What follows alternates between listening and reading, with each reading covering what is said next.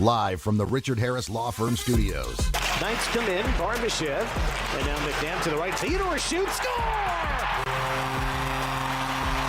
That's Marner parked in front of a shot by Shea Theodore, and the Knights have tied it 1-1. This is the VGK Insiders Show. Bumps it off to Jack Eichel, down to the right, Anderson in front, score! Marner again! With Daren Millard and Ryan Wallace. Trying to kill some clock here. Now Marner, 4 points today, looking for 5. Tries to wrap it around. He does! Hat trick! It's a Mitch Marner 5-point performance. Vegas leads 6-3 with 90 seconds to go. On Fox Sports Las Vegas. Welcome in, Vegas Golden Knights Insider Show, Fox Sports Las Vegas. Ryan Wallace, Daren Millard, Jared Justice, live inside the Richard Harris Law Firm Studios. Richard Harris Law Firm, where they've won billions for their clients with their less fee guarantee. Happy Friday. How we doing, boys? Hey, compare 1 week ago to today. and Okay. Send me a text on this. On a 1 to 10 scale, where's your feeling today compared to last Friday? And you're still, I was still confident, comfortable, but a little bit concerned about where they were going. I didn't see the Tortorella hiring on the horizon 1 week ago today. All that's happened between last Friday to this Friday, where's your difference? How many points higher are you?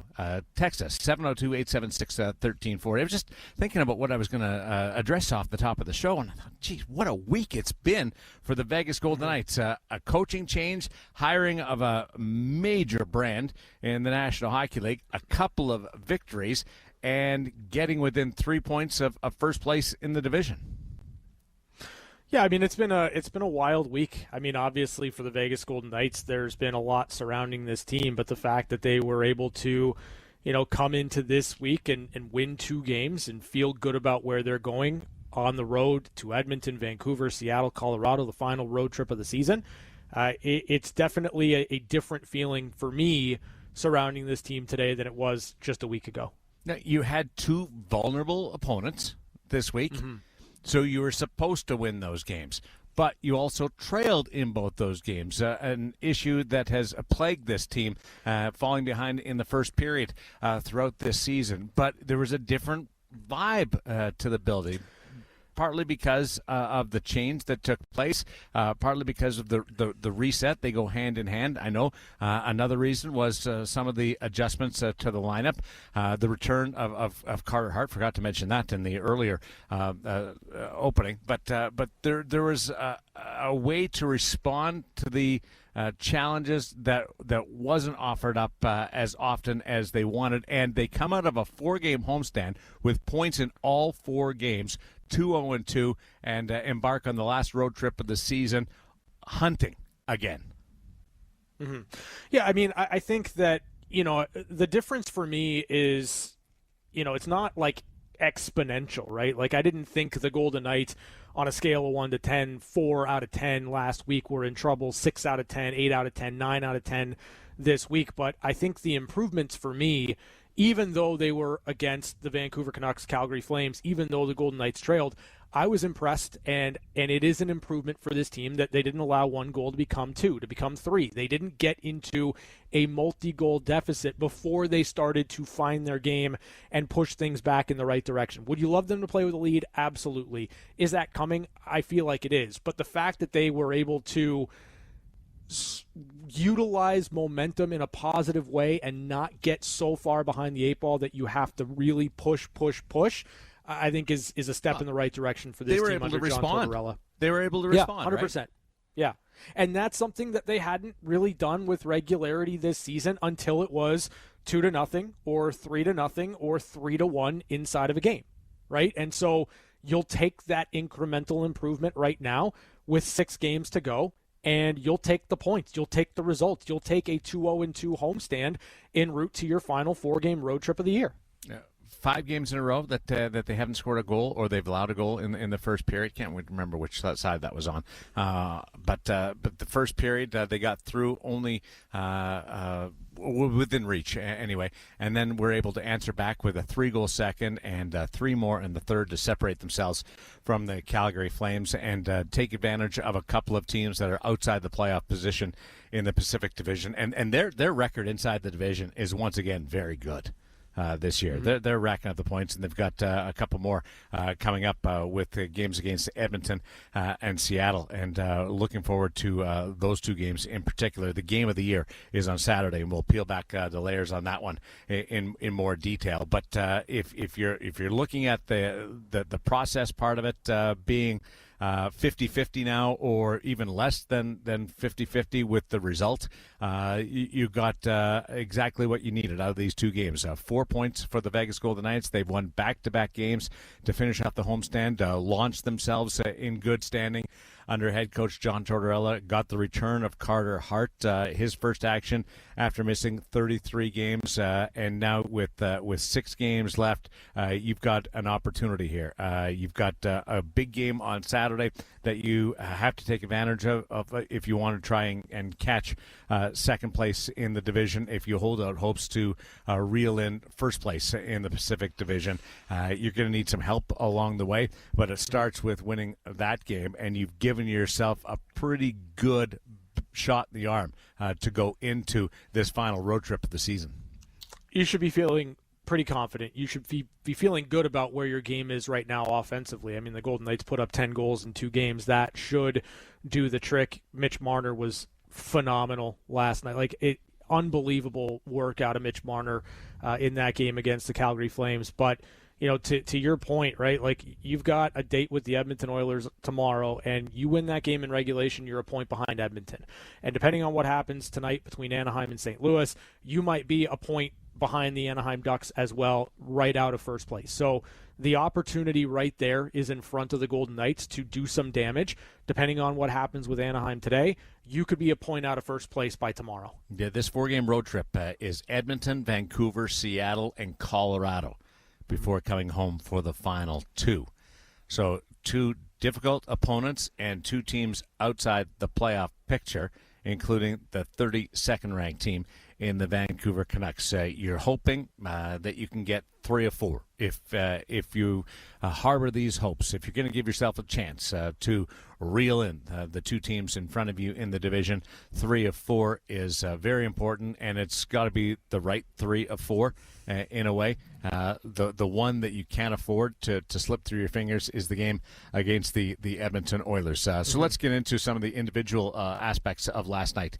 And Mitch Marner gets a lot of attention because of 5-point night and the way he finished off the hat trick. Also, don't forget his defensive play where he batted the puck out of danger. That was actually my favorite play of the night from Mitch Marner. Also had a couple of other opportunities that didn't go, but it was one of those breakout nights. He's got 5 goals at home this year against the Calgary Flames. Too bad they're not going to face them in the Stanley Cup playoffs. But Mitch Marner asserts himself on that line with Ivan Barbashev and Mark Stone. And it feels right. I laughed at the Olympics, and there's a reason why Mitch Marner and Mark Stone didn't play together, because Mark Stone was such a good fit and has such great chemistry with Jack Eichel. But they went to the Olympic Games, and who was playing together but Mitch Marner and Mark Stone, and yet they weren't playing together on their club team. This is a switch that John Tortorella has made. When you come in with fresh eyes and no history, you can. I think it's easier to make that switch because when you've leaned on the success of Eichel and Stone, that's difficult to go away from. Sure. Why would you go away from that? That's your pair. But it certainly worked, certainly in the short term, and certainly in favor of the Vegas Golden Knights from a depth perspective, because I also like what I've seen out of Dorofeev, Eichel, and Howden, and the way the lines have come in here in the short term, again, against teams outside the playoffs, but you've got some rollover effect going with the forward units. Yeah, I think in a lot of ways, right? Like John Tortorella, new set of eyes and no real allegiances to what has been done before. Like you'll leave it. He left it together in that first game, understandably so. But then made his tinkering adjustments, and it is proven to be. But only after the first term. period. Like, he made the change after the first period. 100%, because he didn't like what he saw. He didn't feel that they were moving in the right direction offensively, and from the moment he made that change, all four lines for the Golden Knights have really been going. Marner just seems to be in that state right now where he was in and around it even when it wasn't falling for him offensively, and now the finish has been there. I think he's been one of the Golden Knights recently that has been willing to put the puck on net, whether it be on the power play or 5-on-5. He has not been unafraid to just put the puck there. And, I know we're talking about the forward lines, but I love how much Rasmus Andersson activates now in the offensive zone and how much that can open things up when the Golden Knights are able to spend some extended zone time. I thought Andersson was, again, really, really good last night. Defense were involved all night. Yes. Not just Rasmus Andersson, but everybody. I keep notes throughout the night on things that we track and we can clip off and we can use during the intermissions or the post-game show. And we had something standing by for the second intermission just on shots from the point or defensemen activating. And we had to speed it up to fit all the clips in, or else we would have gone too long. We wouldn't have had time for another topic during the intermission. We actually never got to it because of the goal eruption, but we were tracking it. But Hanifin had opportunities. Lauzon had opportunities. Anderson had opportunities. Theodore had opportunities. There was a lot of action, point shots primarily from the point, which was a shot-first mentality, just simplifying your offense. And you certainly saw that if you were focused at all, paying attention to what John Tortorella has said the first couple of days in and around the facility, and then watch this team primarily yesterday from their own zone when they got an opportunity to exit and break out cleanly, not breaking up ozone play from Calgary and you try and go north. But if there's any type of turnover, boom, they were like a rocket ship, like we're an Artemis 2 coming out of their zone. They were going straight north all night long, and the little jump, the little reminder, the little boost in that aspect of the game has been noticeable from Section 117. Yeah, absolutely. I mean, I think, when you think about this defense core for the Golden Knights, and we know that they've got great skaters, Shea Theodore, Noah Hanifin, Rasmus Andersson, Caden Korzak, Jeremy Lauzon, we've talked about at times, right? Like, he has had flashes where he's unafraid to take the puck through the neutral zone. He can jump in and activate offensively as well. And I just think from a mentality standpoint, like, that was one of the areas John Tortorella was talking about coming in. Can we get this team moving north as quickly as possible? And I think you look at the defense core right now for the Golden Knights, they've taken it to heart. I think Noah Hanifin specifically just utilizing his legs as often as he could to just move the play forward for the Golden Knights. It was, again, noticeable last night. The other part of it on the defensive side is you got to be more mindful of the puck, and they gave up some odd man rushes last night. The total odd man rushes wasn't out of whack, but they just seem more noticeable because Calgary scored on every one of their chances. Well, I mean, it was more noticeable because that was more or less the only offense that Calgary got, right? Like, they didn't do much inside the offensive zone. There wasn't a lot of extended zone time for Calgary. They didn't create a ton of really dangerous looks inside the zone. Everything that was dangerous for Calgary came by virtue of 2-on-1 breakdowns the other way. The odd man rushes last night were 9-8 in favor of Vegas Golden Knights. Yeah.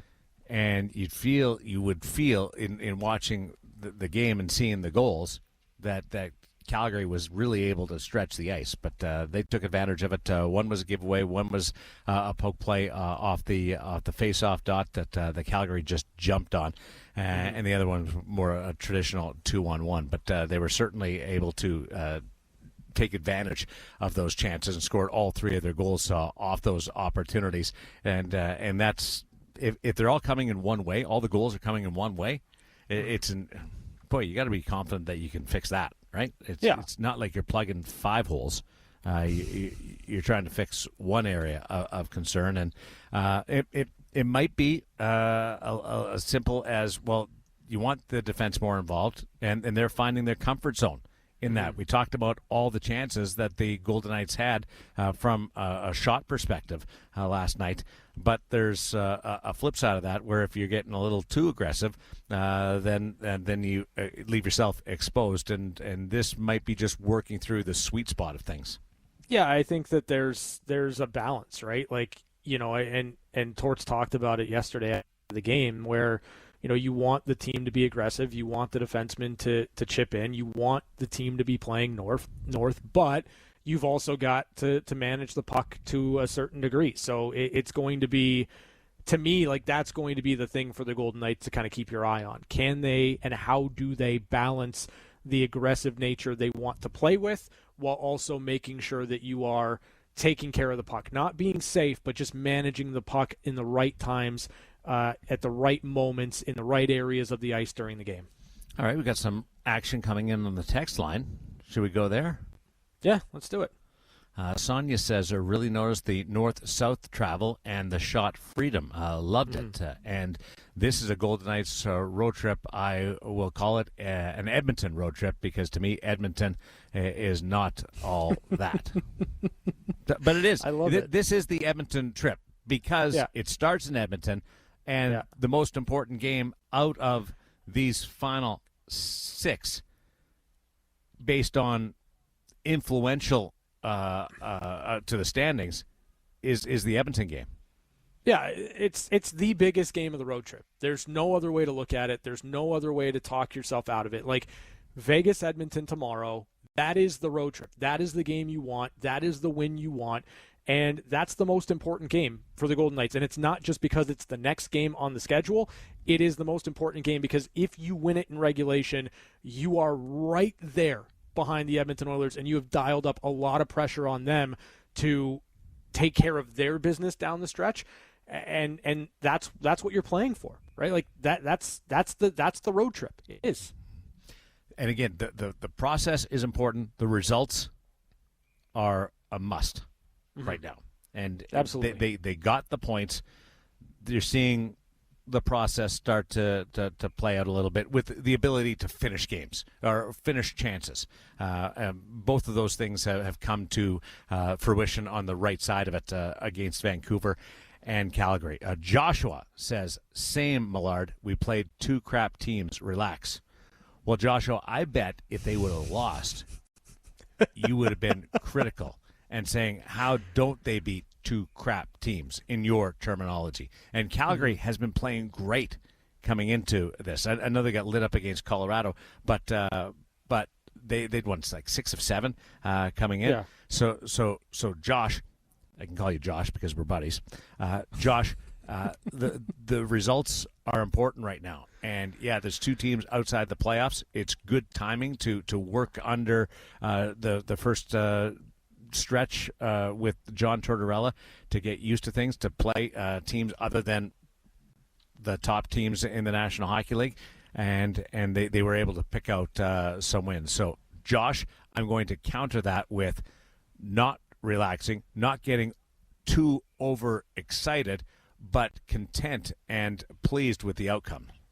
The reality is the Golden Knights took care of their business. They beat the teams they were supposed to beat. They looked ahead, or they looked across at Vancouver and Calgary, and they got the results they absolutely needed. So we can look at it from that perspective. They got the job done, and there have been aspects of their game that I think have improved, that have gotten better over the last 2 games with John Tortorella, and we'll see if that manifests in a victory tomorrow in Edmonton against the Oilers. Got one more. A great comeback. We can't allow 3 odd-man rushes like last night, especially with the Oilers. Hope they have a plan to not let it happen. We will win. Okay. I like that. We will win. Short, direct, right to the point. Love it. And again, the odd-man rushes, it wasn't a stupid amount last night. They just scored on all 3. Yeah. And their only offense. Yeah. And they were just so noticeable because of the ability to convert. We'll continue. VGK Insider Show on Fox Sports Las Vegas. Stay with us.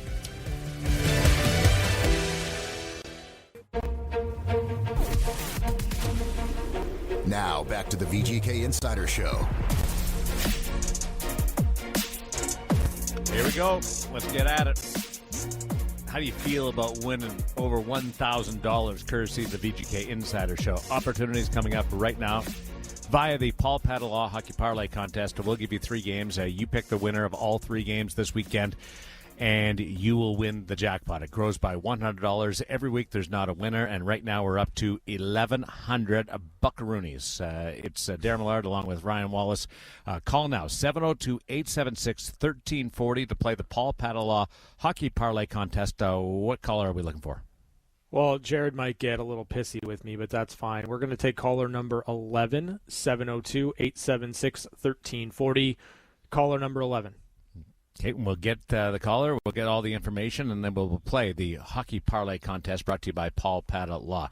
I was just looking through some of the analytics based on the odd man rushes, because last night the Vegas Golden Knights gave up 8, and that would be on the high side, but by 1. The fewest in the last 5-6 games that I was able to look at is 6 odd man rushes allowed, between 6 to 7 every game. Last night was 8. So it wasn't a dramatic increase in odd man rushes. It was just that the Calgary Flames were able to take advantage of it. You got to cut down on the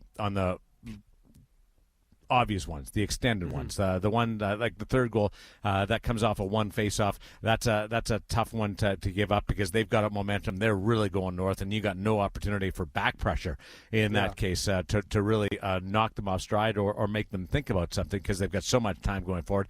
Same with the first goal. Just being able to allow the opposition to have that much time in front of the net made it a really challenging situation for Carter Hart. But the positive side is it wasn't an extreme amount that you gave up last night, so you should be able to bring that back in. I think the last time against the Edmonton Oilers they gave up 6, so they'll try to keep it within that number, within that range tomorrow night against the Oilers, the start of this 4-game road trip.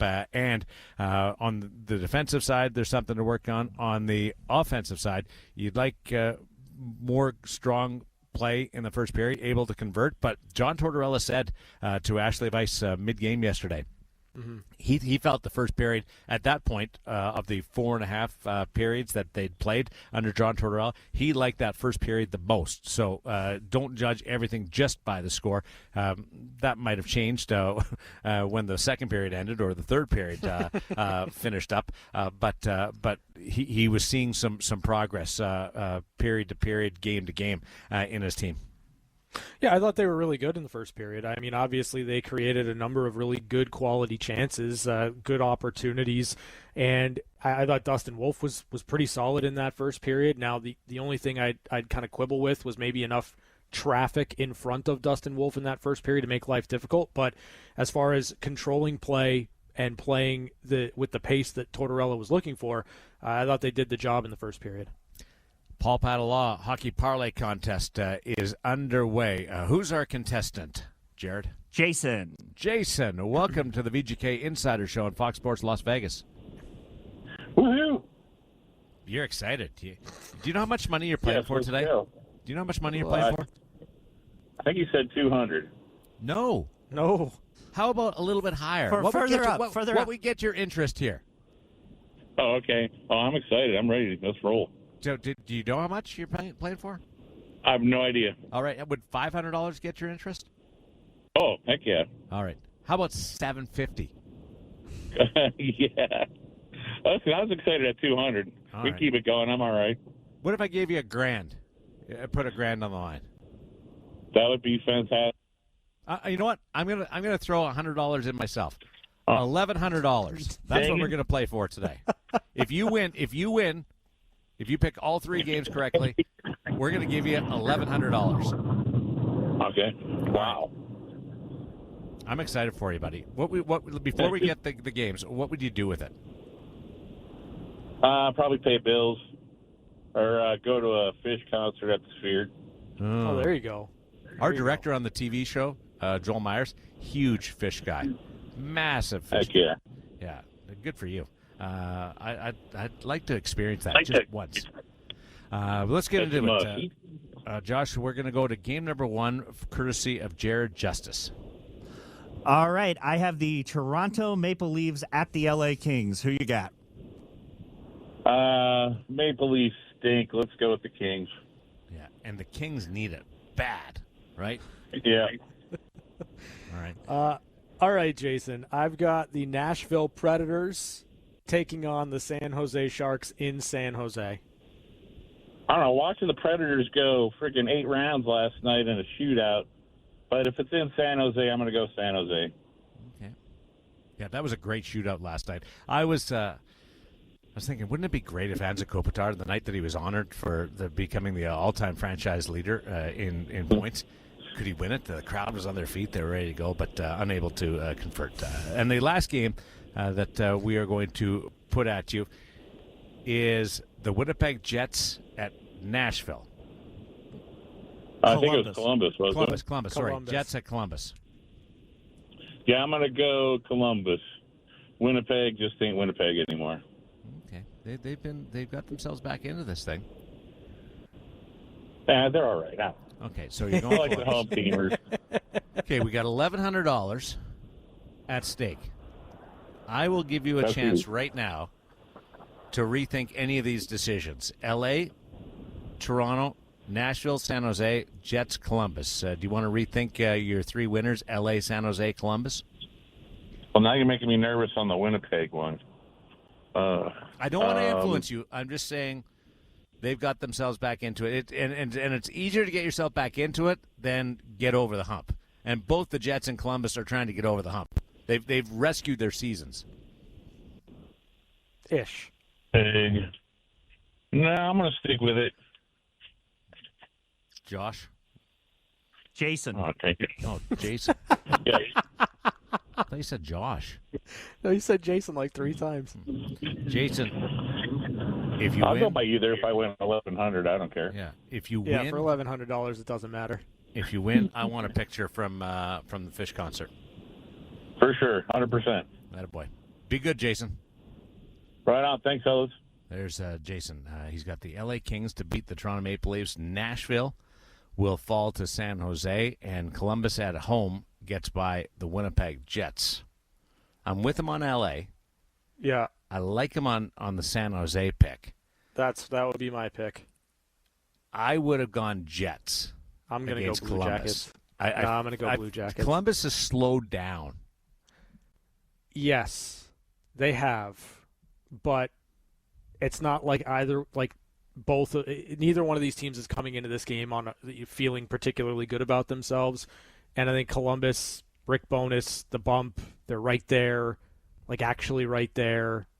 I think Columbus wins it. I do. I think it's all home team parlay winner. I do. And to be fair, I think he missed the boat on that. The Jets have been able to rise to the occasion a couple of times here, beating significant opposition. Think about Vegas. Think about Colorado. Like this, they lost last night. They were shut out against the Dallas Stars, one of the 2 best teams in the National Hockey League. Mm-hmm. I didn't think the Jets could get back in this thing, and it's hard to go against them right now. Yeah, I don't have a problem going against Winnipeg. I'm okay with that.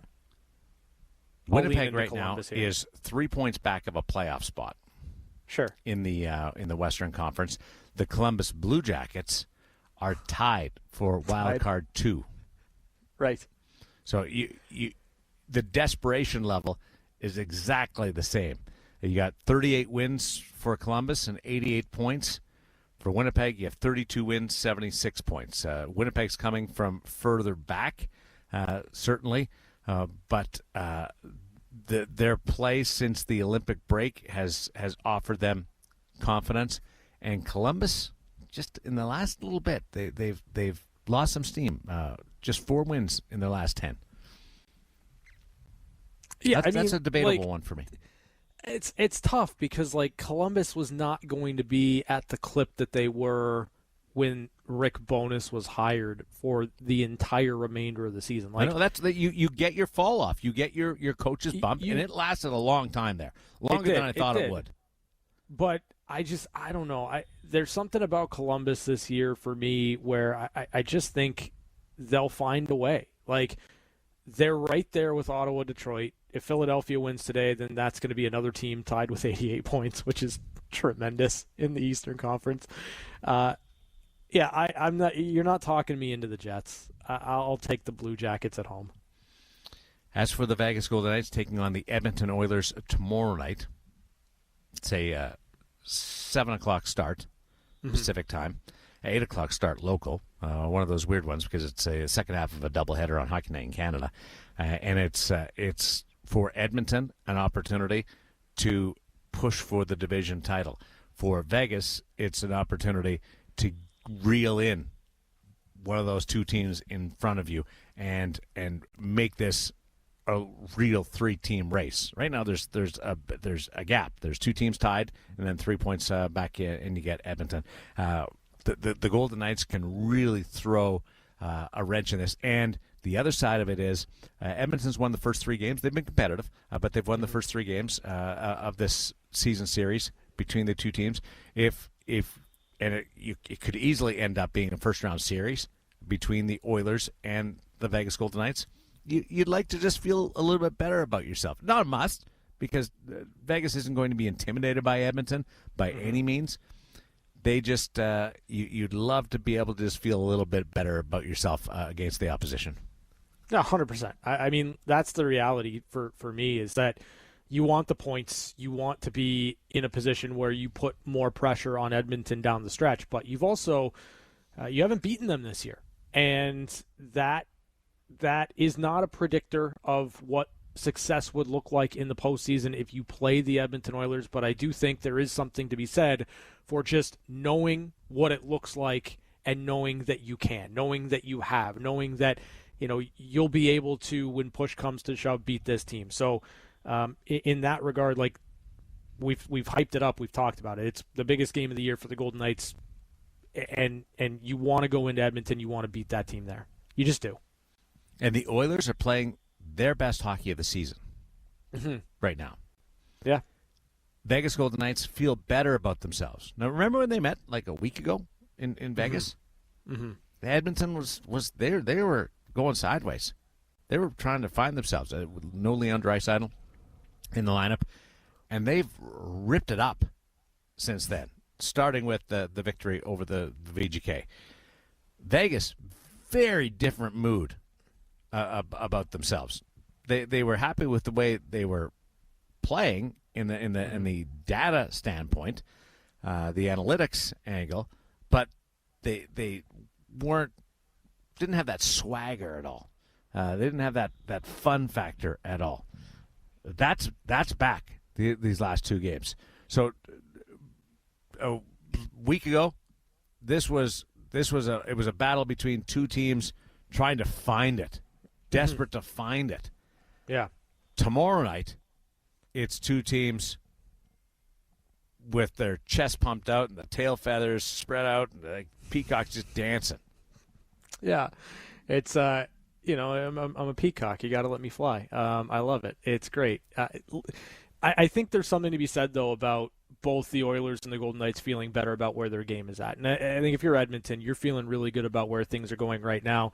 5 wins in a row. It started with the Golden Knights. It seems that they have kind of found that traction that they were looking for, and the fact that they're doing it without Draisaitl should pump their tires even more. But, I think for the Golden Knights, you've got points in 4 straight, which is not anything to kind of brush to the side. And you've won 2 in a row. And you're right, like the vibes are different right now surrounding this team with John Tortorella at the helm. So lean into that and go out there and play a game as two teams that are feeling really good about where they're at with 6 or 7 games left in the season. Golden Knights against Edmonton Oilers. Is it the biggest game of the year? Yeah, I think so. I mean, if for the Golden Knights and their desire to either get home ice or win the division, it's it's the biggest game that they're going to have on their schedule. Like, it just is. Vancouver isn't going to touch Vegas, Edmonton on Saturday. The Seattle games might have some intensity, but Seattle needed to do some more work in the lead up to those games with the Golden Knights, and they haven't really gotten the job done. So that's not going to happen. Colorado, I don't think is going to have as much luster as maybe people would think, because the Avalanche, they're pretty much cooled. Like, they know where they're going to finish. They know what they don't know who their opponent is, but they know where they're going to finish.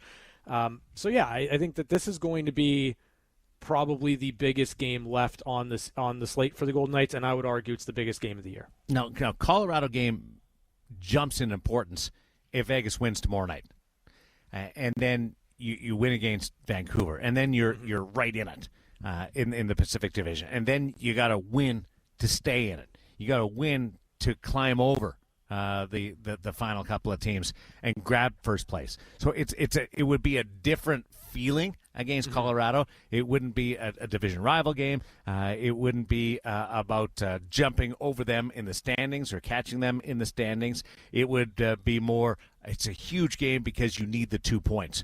Tomorrow is a massive contest because you need the 2 points and you're trying to reel in the team that you're playing.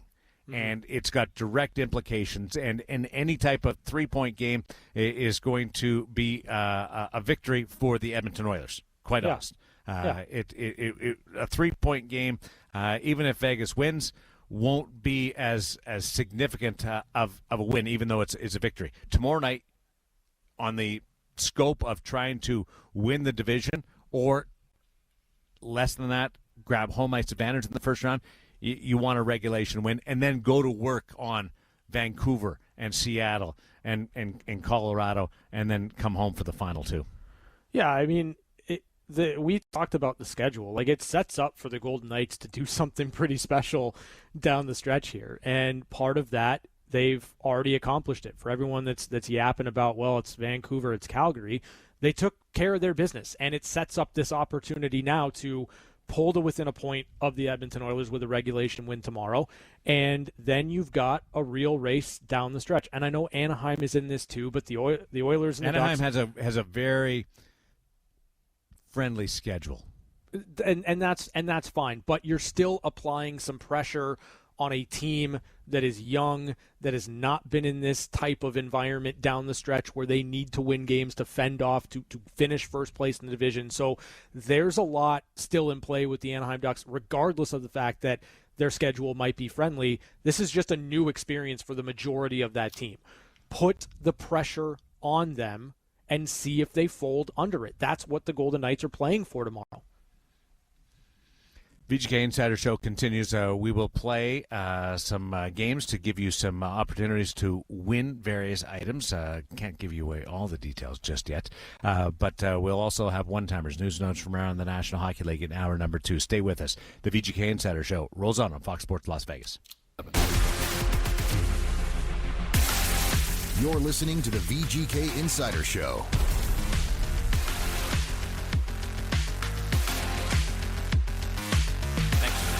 Good Friday with us on Fox Sports Las Vegas. Daren Millard, Ryan Wallace, Jared Justice here.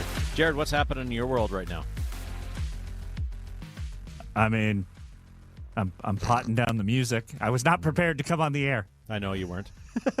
That's my best time to get you into a conversation when you're not expecting it and you can't prepare.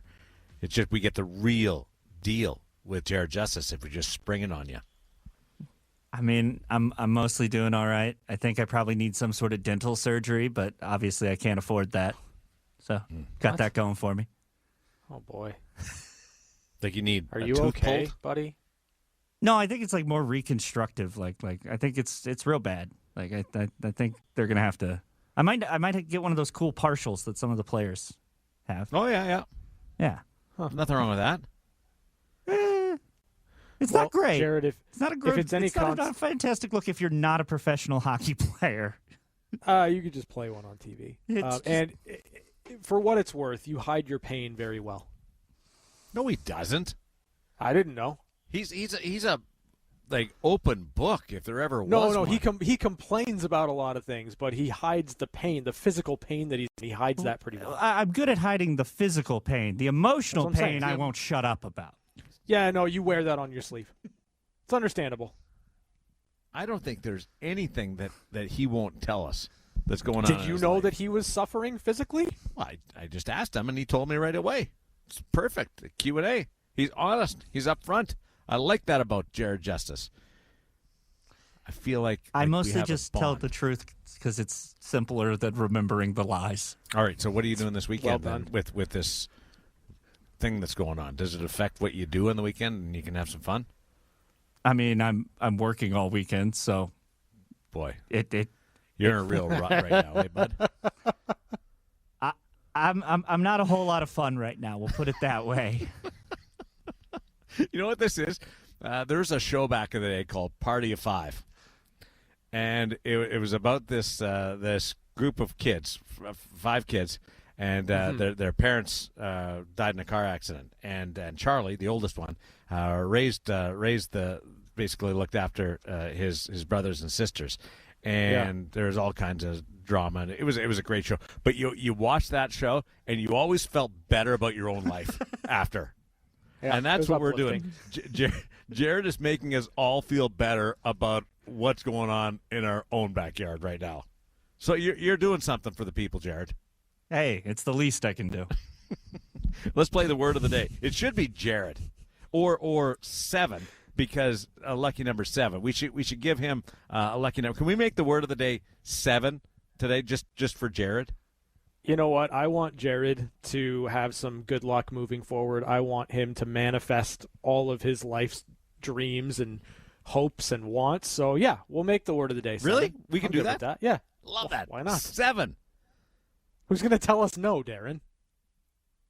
Well, I mean, really, who's going to tell us no? I mean, literally, we got an email earlier that, hey, the office is closed at 3, so everybody could go home. We're still on the air, so who's going to tell us no? What if you left and said, "Hey, I thought the office was closed"? Then we wouldn't be on the air. I right wouldn't now. do that to you guys. You know who would have done that? Chapman. Yes. International best-selling author? Yes. Chapman would have been sitting there going, I got the email. Office is closed. What do I you thought I guys was mean? locked out, guys. Yeah. They didn't let me in. Come on. Okay. Oh, what do you mean I got to do the. best-selling author? He's you don't know that he wrote a book? He Chapman? wrote a book? Yeah, he wrote a book. It's called Nobody in Japan. Nobody in Japan. Well, there's lots of people in Yeah. Japan. No. It's a play on the big in Japan. He's nobody Yeah, in Japan. yeah, Oh, he's nobody in Japan. Right. Well, he just yes, moved yes. there. Right, but okay, so the premise of the book is how he was somebody here and he's nobody there. Hold. I'm having trouble with the premise. I get that he's nobody in Japan. That makes sense. Come on, he was somebody here. So he's playing off. He got that to work was- with Darren Millard. He's playing off the fact that he was a somebody here. He was a player here, and now he's Yeah. a nobody in Japan. More or less, yeah. How long is this book? I don't know. I can't I'm say on that it. it's particularly long, but I don't think it's not like Infinite Jest or anything. Jared, you bought it? No, I'm gonna Not the look up. Grapes I'm of gonna look Wrath. up the information in the Oh, you're break. on and- it. Okay. Yeah, I'm on it. Okay. There seems to be some fuzz in my ear today. Jason, Josh, Columbus, Chapman, Nashville, Columbus, best-selling Winnipeg. author. Yeah. No, I'm having trouble digesting this. So the word of the day is 7, and just try to get Jared going. 702-876-1340. Text 7 SEVEN to that number, and you are entered into the potential to win a jackpot, $2,026. All thanks to Lotus Broadcast and Paul Padala and Fox Sports Las Vegas. 702-876-1340. Text 7. Seven. You get a text back telling you that you're entered. If you don't get that text back saying you're entered, you've done something wrong. Hour number 2, the VGK Insider Show, continues right after this. He's an author.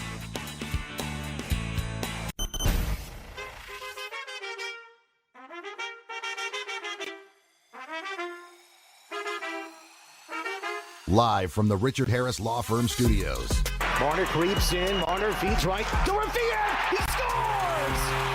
This is the VGK Insiders Show. From the right wing.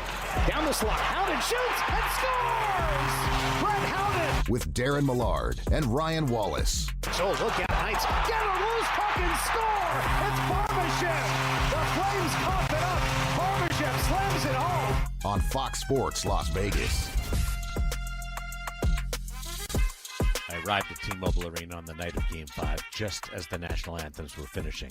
I usually came straight from the radio station after producing the 2-hour Insider Show. I parked on the 6th floor like always. Russell Road was easier to reach from there.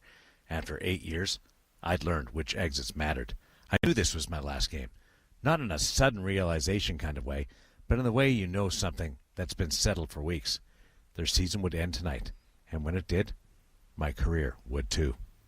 An excerpt from Nobody in Japan, Trading Vegas Visibility for Peace in Japan by Christopher Chapman. I'm going to buy it. I'm going to buy it. I'm just going to buy it to support him. That was well done. Yeah. You're not going to read it? Come on. I think you should do the audiobook. Yeah. That He would hasn't be reached out to you to do outstanding. the audiobook? Oh, I would Come do that. on. I would do that for Chappie. You know what? You just said you're going to do something for free. I'm going to send Chapman a message. No, right I never now. said I was doing it for free. Oh, no, you did. No, Roll I the said tape I would back. do it. I would do that him. for Chapman. Yeah. I would do No, that that's for fine. Chapman, but he's got to pay me. But I would do that for him. There's lots of things I wouldn't do even if people paid me. But I would Profit do share. that for him. Like, you don't get to my level of wealth by gifting a lot of things. All right, I'm sending Chapman a note right now. Daren offered to to do the audiobook for you for free. Nope. That Ju- is absolutely wrong. Just- and it just- does not matter whether you tell him that. It's not happening for free. But I'll do that.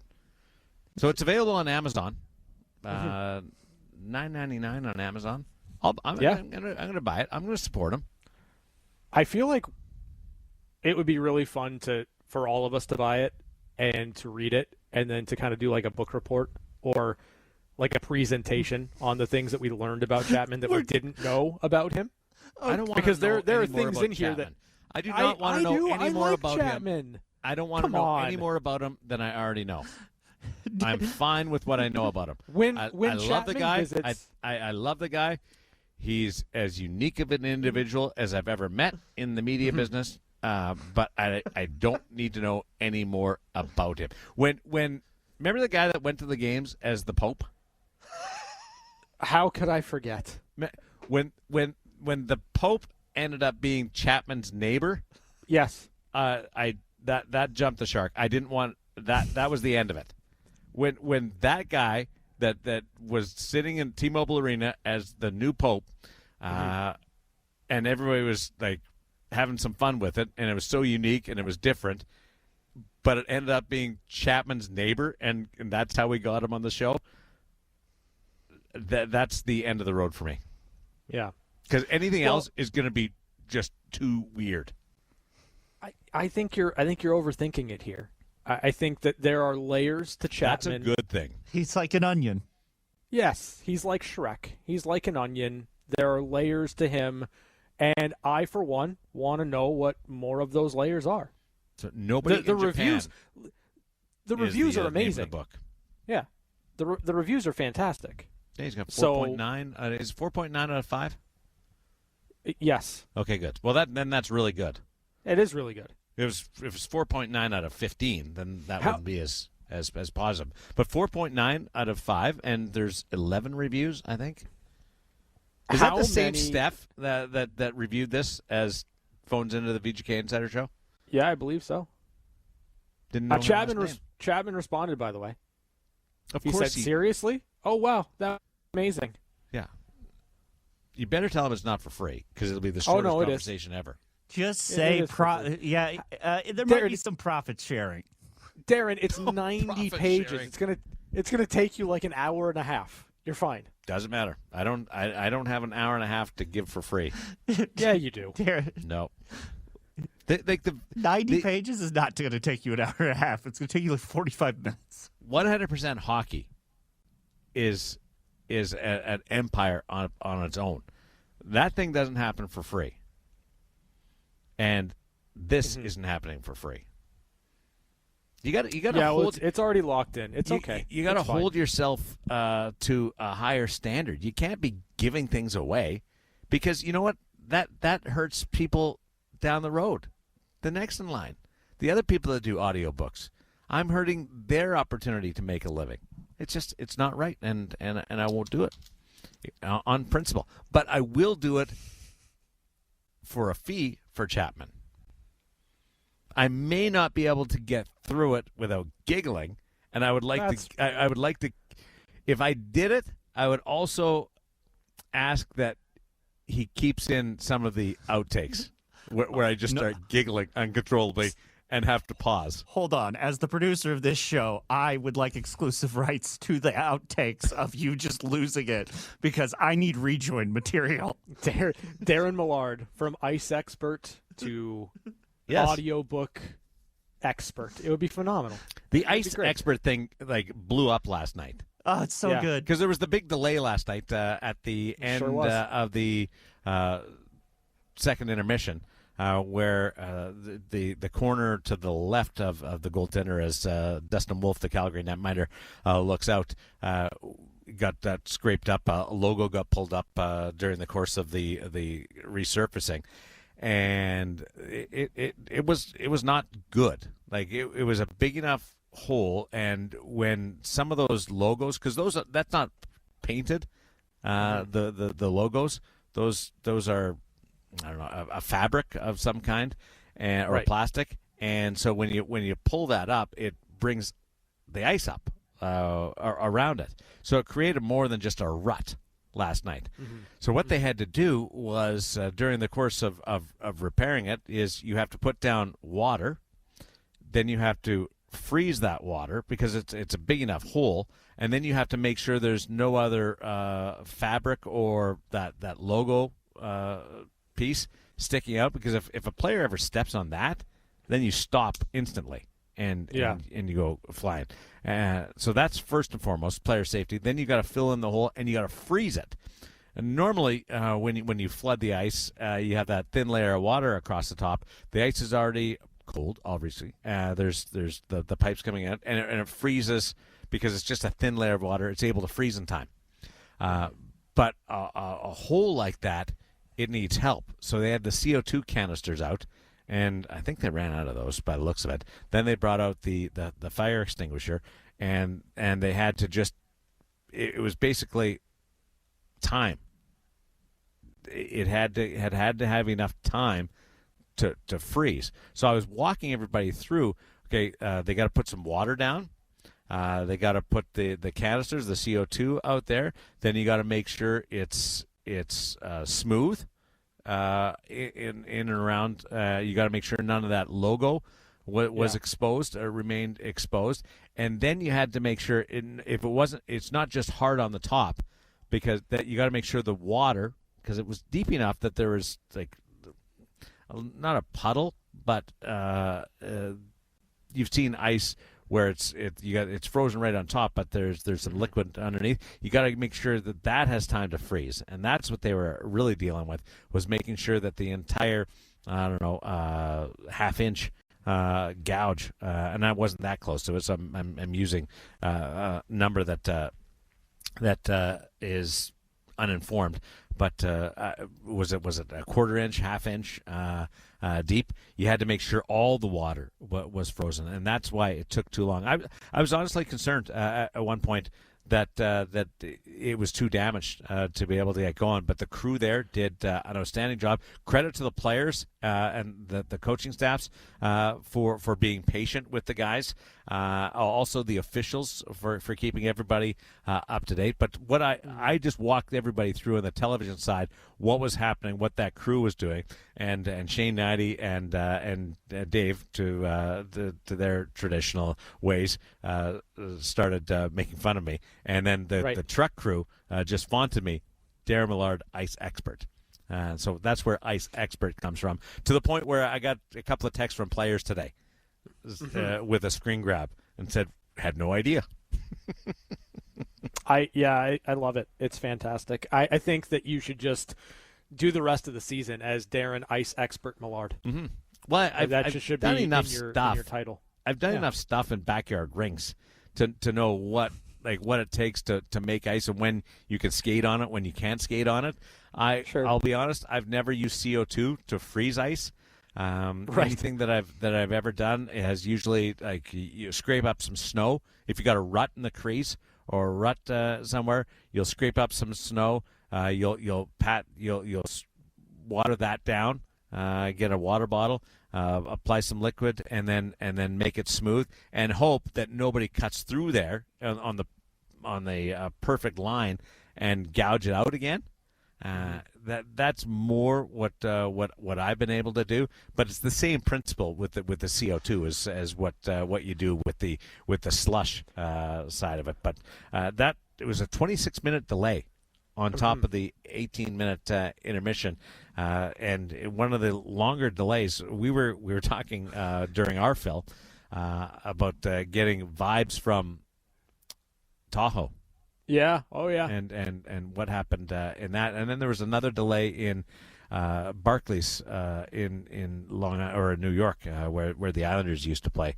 But last night was bad, and they were out. They checked on it every TV timeout, and to their credit, like they didn't get back playing before they should have, and then it cuts loose or it chips up again. They made sure it was good, and there wasn't a problem. There was not another delay, and I anticipated one or two more delays in that thing. I was thinking that third period could take 90 minutes because of the potential for the delays. So Chicago, everybody down there, Chris, part of the ice crew, Kotze, good job, and I couldn't imagine what their heart rates were doing. Unreal, right? Like knowing that they had just spun around and the ice had been damaged, and now you got 18,000 people and two teams skating around going, are we good? Are we not good? And the captain standing there going, how bad is this? The official standing there going, we can't go yet. Right, and not to mention, and good on the entertainment crew at T-Mobile Arena for continuing with the entertainment so that everybody in the building could just kind of, zone out, dance, all the fun things. DJ Joe Green killed it. He was amazing. He was amazing. But the fact that the ice crew was able to do all of that with all of that stuff going on around them, it's another layer to it, right? Like you've got the pressure from the fact that you've got to fix the problem, and the only thing that you can do is going to take some time. Then you've got the arena absolutely rocking, Joe Green killing it as he always does, and that's a pressure-packed situation. And to your point, the fact that there were no other delays the rest of the third period, just tremendous work in a really tough spot. Golden Knights got through it, and then the game was a little sluggish for a while. As you might expect with both teams after a break like that. And I'm glad the team stayed out, too, that they didn't go back to and they were later coming out than normal because they got word that there was an issue. But when they did come out, they stayed out. It wasn't like they went back and forth, and they didn't have to go through that type of we're ready, we're not ready. We're ready, and the fans didn't have to go through that. Oh, we're not ready. And that kept the building active, kept the building full, because people weren't looking, going, oh, they're gone back. We'll take off. We'll listen to the rest, or we'll watch the rest on TV. So that was positive. And then when they did get going, like heck of a play, like Brett Howden. I'm so happy for that guy. And that line, they scored the game-winning goal, and Brett scores his 10th goal of the season, and he just came the late guy on the rush down Main Street and head up the whole way. If you look at the TV highlight of that, his head was up as he was releasing that puck, and he saw where the shot blocker was located, and he went right over the Calgary Flames leg, and Dustin Wolf wasn't be able to track it because of the screen, and it was a rip of a shot for Brett Howden. Yeah, just a great play for Howden, obviously, to get that finish, to score that goal. It's huge because it's been a minute since he's had a goal in, for the Golden Knights this year, and now he was coming off a pretty long injury. But the fact of the matter is, he does make this team better when Brett Howden's going, when he is putting the puck in the back of the net. It gives you more offense down your lineup, and I just thought that he's had the legs going recently, so getting one to fall for him could be a good sign for him moving down the stretch. He's an important part of that group on the ice. I agree. And off the ice, really has an influence on the group. His voice carries weight, and he's a great guy, one of the nicest people you'll meet in the game. But he's greasy, and on the ice he can get under your skin, and he's not afraid to get in there and rub out some sandpaper on guys. And he's fast. He can skate. He can take draws. He can finish plays. We've always known that he had range to his game, but there's a next level to his game in the same sort of vein as Ivan Barbashev. Like, Barbashev was never a top six guy in St. Louis. Came here, plays with Jack, part of the first line for forever. I think that the same thing it has the potential in Brett Howden, that he can play at the bottom of your lineup and give you lots of jam, but he's a good enough player that he can finish and make plays to fit in on your top six. Yeah, I think that's the key. He can play with good players. He can complement good players. He can be the final piece to a really productive line, especially in the playoffs. And we know what Howden alongside Chandler Stevenson and Mark Stone was able to do for the Golden Knights when they had marched to a Stanley Cup championship. So there is absolute value in Brett Howden, the offensive player, and I love the fact that Brett Howden, it has an edge to him inside of the game. He is not afraid to give it back as good as he gets it inside of a game. He is usually the first person in on a scrum when he's sticking up for his teammates. So there is the jam. There is that physicality aspect that he brings to the table. He can forecheck incredibly well. He's incredibly fast to get there and isn't afraid to shy away from the contact. But production-wise, Brett can complement the top of your lineup just as much as he can complement the bottom of it. And he's a very humble guy. Doesn't need the spotlight. In fact, would prefer it if he wasn't in the spotlight. Mm-hmm. And so the idea that he's not looking to play up there for in the top six with the Jack Eichel.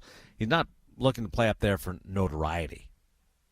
He's looking to play up there just because it's going to help the team, and that's not the same with everybody. We haven't had a chance to talk about how John Tortorella distributed his big three, coming out of TB timeouts throughout last night.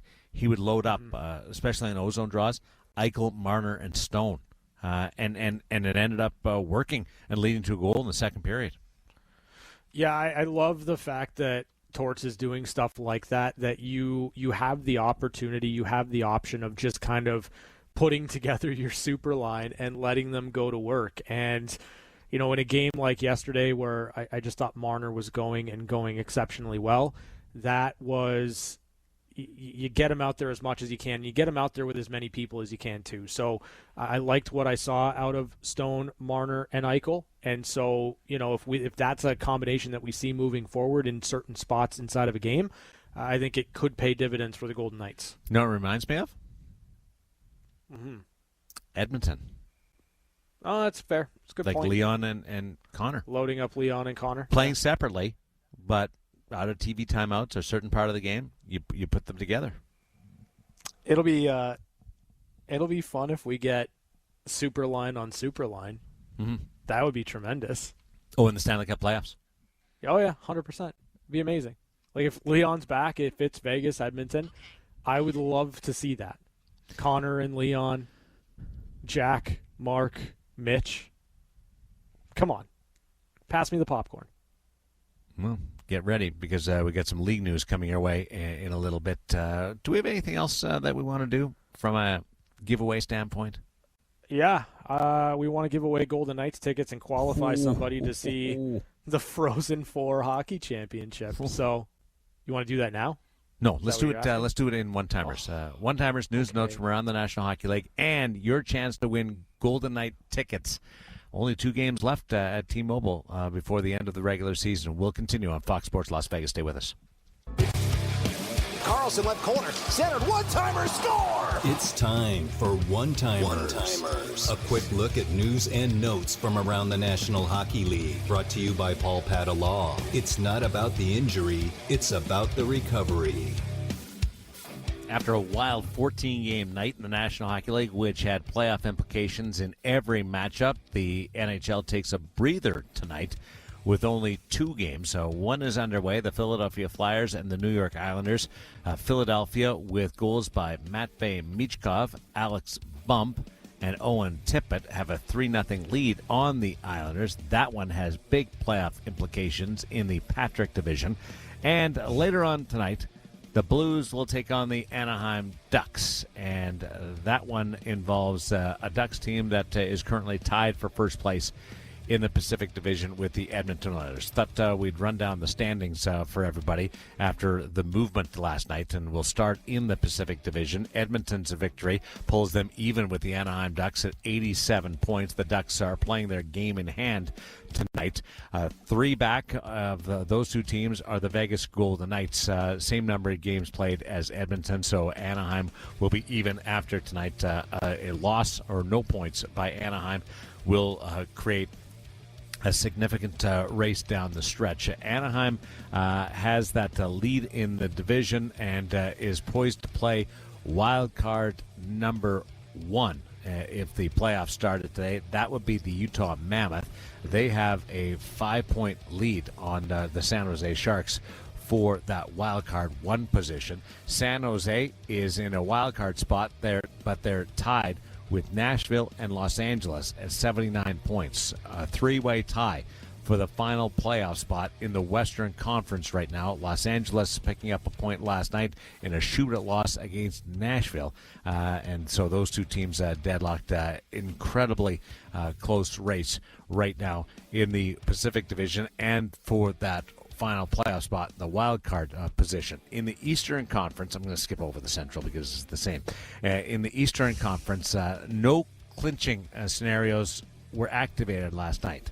In the Atlantic, Tampa Bay and Buffalo are now deadlocked at 100 points. Tampa Bay, based on tiebreaker, they have 1 game in hand, have the Atlantic Division lead right now. And Montreal is 3rd in the Atlantic, but just 2 points back. It is a race, and I think the coach of the year should go to the division winner there. I was thinking Tampa Bay or Buffalo, but put Marty St. Louis' name in there. John Shannon scolded me on leaving him out earlier today. Whoever wins that division, that seed would be the second. Well, I never know with Carolina there, but if whoever wins the Atlantic Division, I think should also be appointed their bench spots coach of the year. In the Metropolitan Division, Carolina has a sizable lead over Pittsburgh, 10-point gap there for first place. So they've clinched that spot. Pittsburgh is 2nd in the Metropolitan Division, a 3-point lead over the New York Islanders. The wild card scenario is interesting because the Boston Bruins, 94 points, they're comfortable. 6-point lead on the Detroit Red Wings and the next team out there for a playoff spot. So I think Boston's going to get in, and that's a great story. But the wild card spot for wild card 2 in the East is very similar to what's happening in the Western Conference right now. Ottawa, Detroit, and Columbus are all even and tied for that final playoff spot right now at 88 points. The Philadelphia Flyers are next at 86, and the Washington Capitals still in it at 85. So Philadelphia, if they hold on to that win tonight, would be tied for a playoff spot. There would be a four-way deadlock for that final playoff spot, and the Philadelphia Flyers would only be a point behind the New York Islanders. Again, the Islanders are third in the Metropolitan. Philadelphia is outside a playoff spot, and they're playing each other right now. Philadelphia would close within 1 point of the New York Islanders. So they're chasing. The good thing about the Flyers is they're chasing two spots: a top three position in the Metropolitan, the way things sort out, and they're also have an eye on the wild card spot in the Eastern Conference. And Washington still has an opportunity to get back in this. So 3 points back. You're on the cusp of running out of runway. They've been good, 6-2-2 in their last 10. But both divisions, or both conferences right now, have three-way ties for the wild card 2, the final playoff spot. Incredible postseason race. It's really the start of the playoffs right now. This is the opening round of the Stanley Cup playoffs. What's happening in the final 2 weeks just to get in. And that's a concern to teams like Carolina, which, whether you want to admit it or not, you're not dealing with the same urgency when you have a 10-point lead in your division. No. For Colorado, whether you want to admit it or not, you've had a beautiful, wonderful, successful season. Not the same urgency because you've been able to pull away from everybody else. You're not going to have that same type of bite to your game down the stretch. So that's a concern if Colorado's got to turn around and face Winnipeg or Nashville or San Jose in the first round. I think San Jose would be. I know Celebrini and they're very dynamic, but they're young and they're new to it. Nashville's got a more veteran team, and Los Angeles and Winnipeg both have more veteran teams. I, from the outside, would think Colorado would prefer to face a team like San Jose, new to the horizon. Are you worried about Colorado? Nope. No. I know they've got doesn't matter who the opponent is. Like if it's Winnipeg, are you worried about Colorado? Or well, I think it's going to be a more competitive series. Yeah, that's all. I think should Colorado still win, they should based on the season. But I don't think it would be a case where I'm worried that they are vulnerable because of their easy road to the playoffs. It would just be a really good series. I would be less worried about them playing San Jose because they just haven't been through that grind before. Nashville, and Winnipeg, I would expect to give the Colorado Avalanche a push. And I wouldn't be surprised if Winnipeg beat Colorado. Like coming into this year, I thought Winnipeg would be good. It just took them 3/4 of the year before they found to get there. Yeah, to get there. And Which it's a happens. win. It's a get in and win league. Yeah, for sure. I mean, listen, like the reality of the situation is anything can happen once you're in, right? Like, and for Winnipeg, specifically Winnipeg, like Nashville's interesting because they've had some really good stretches, but I don't think that they're good enough to really push Colorado. I think that they could win a game or two, but I don't think it would be all that serious. Where I lean toward Winnipeg being a handful is you've got Connor Hellebuck, and we have seen his ability to steal games in important moments, big-time scenarios. Thank you, Connor Hellebuck, at the Olympics. And you know, I think if you're Colorado, there's danger in that because the Jets, to get in, will have to be playing for their lives, and the Colorado Avalanche are not in that headspace yet. And they're not going to be in that headspace until game one of the playoffs, and maybe even then, not until the second or third period. I think Winnipeg's greatest advantage, if they get in, is there's no pressure.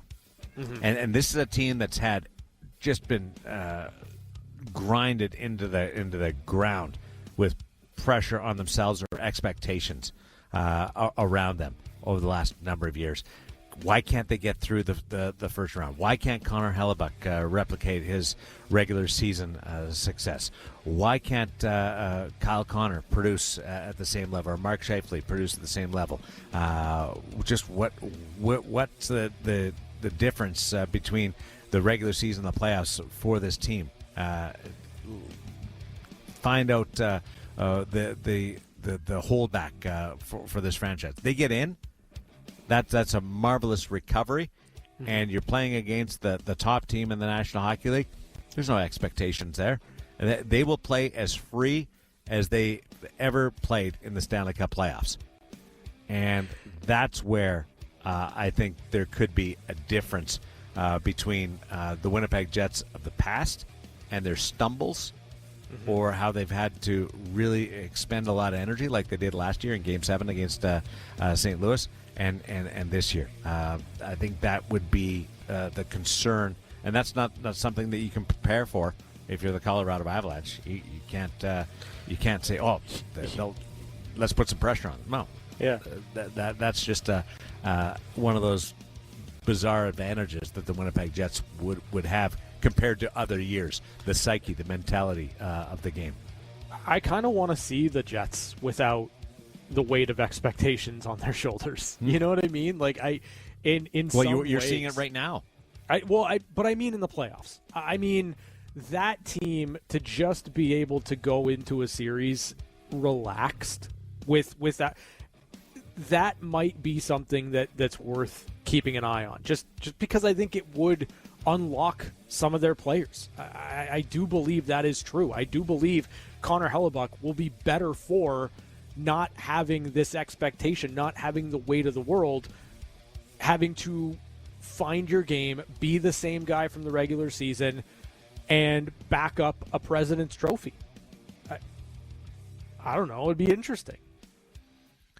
Ottawa Senators captain Brady Tkachuk, co-host of the Wingman podcast with his brother, fined $2,500 for unsportsmanlike conduct towards an opponent.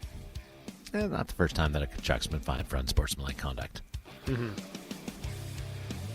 Not the first time that a Tkachuk's been called out for unsportsmanlike against an opponent. Okay. It's part of the way that Tkachuk's. Did you see Big Walt on with them this week? I know there was an uproar, but I didn't hear the comments. Yeah. What did he say? Just Walt was Walt. Okay. Walt called out some people for not being ready to go or able to go.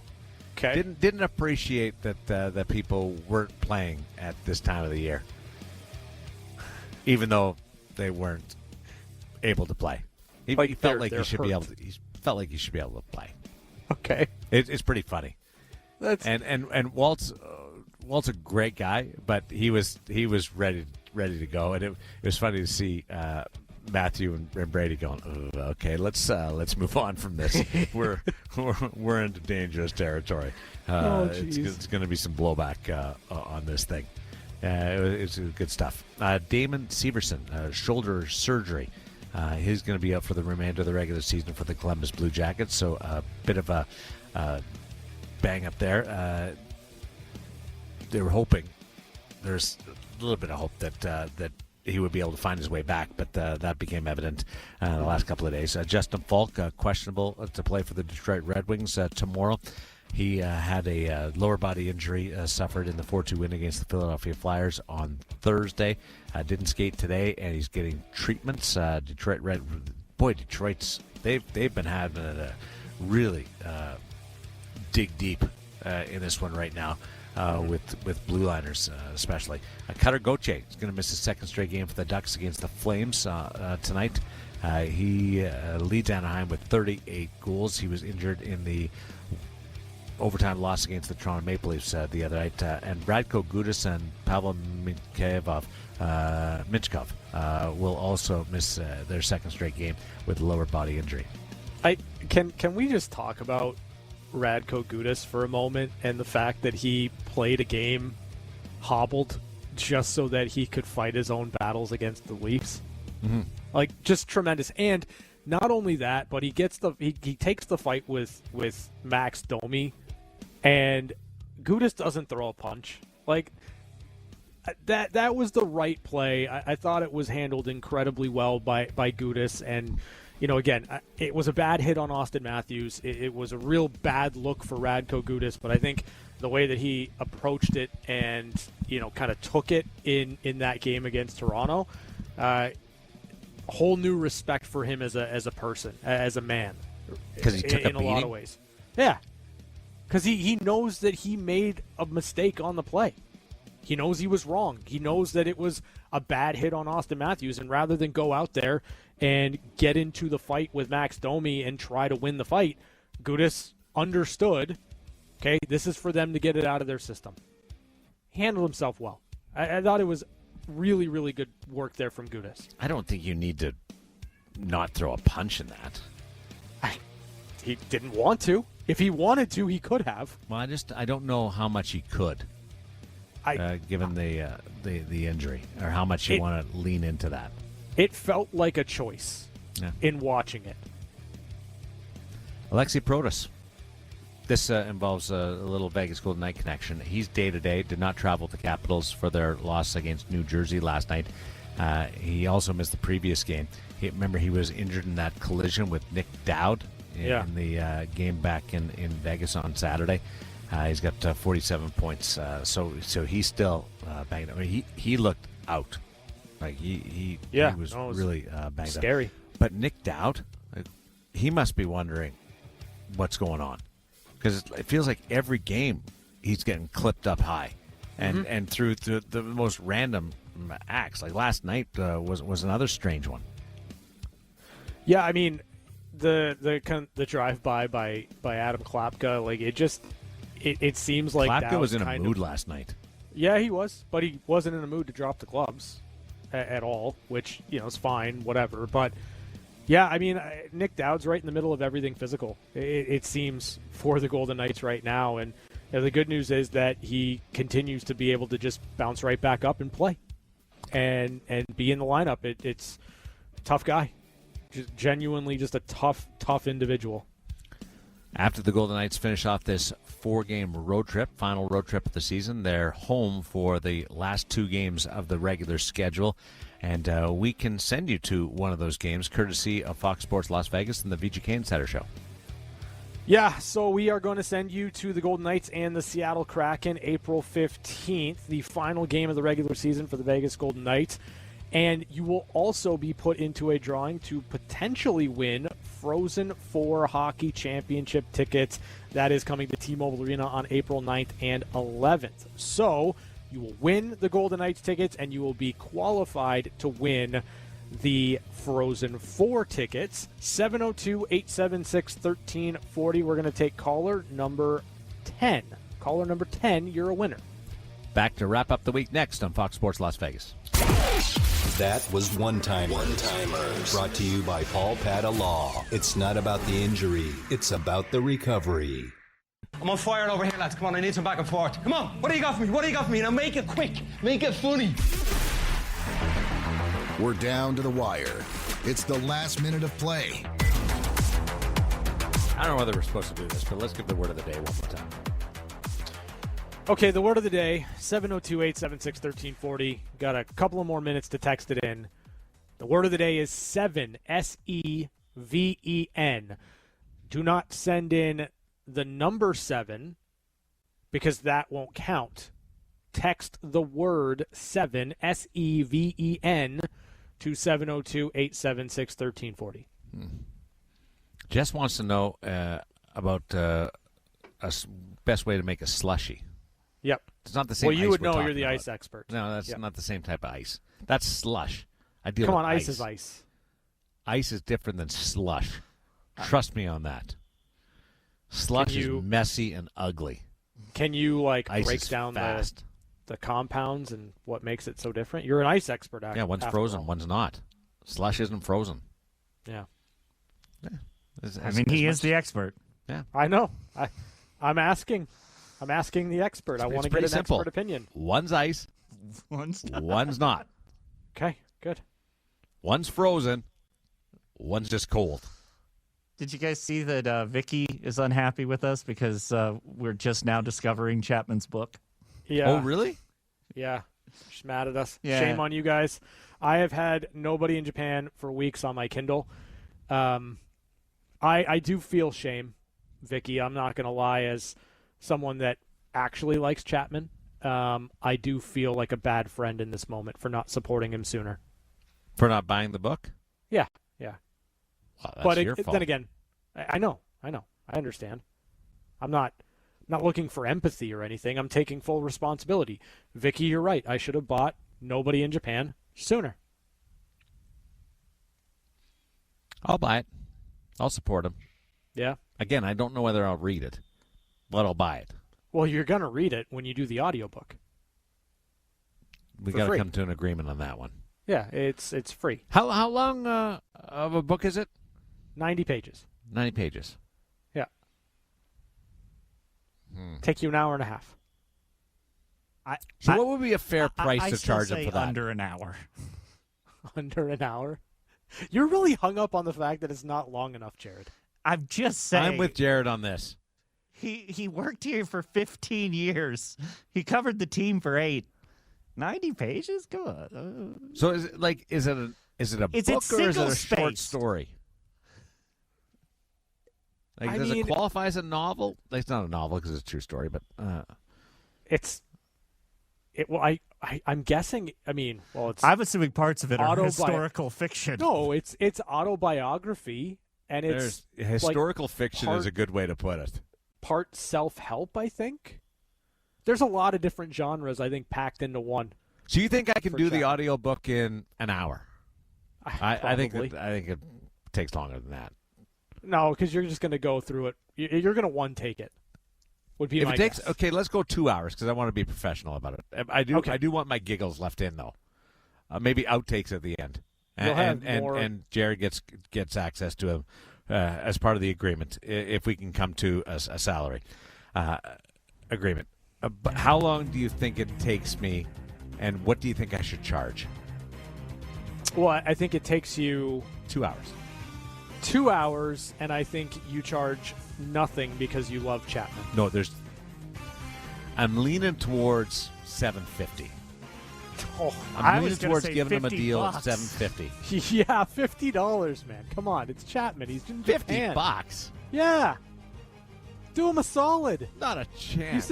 He said I'd do it for Chapman. Wow. Well, I'll agree to do it. I'm not going to read anybody else's book in an audio format, Unreal. but I'm not doing it for $50. Jeez, I'm not a charity here. What about if Chapman gets you an egg salad sandwich from Japan? Oh, those are good. Yeah. At 7-Eleven. Oh my goodness. Yeah. Enjoy tomorrow. Pre-game show at 6 o'clock at Fox Sports Las Vegas.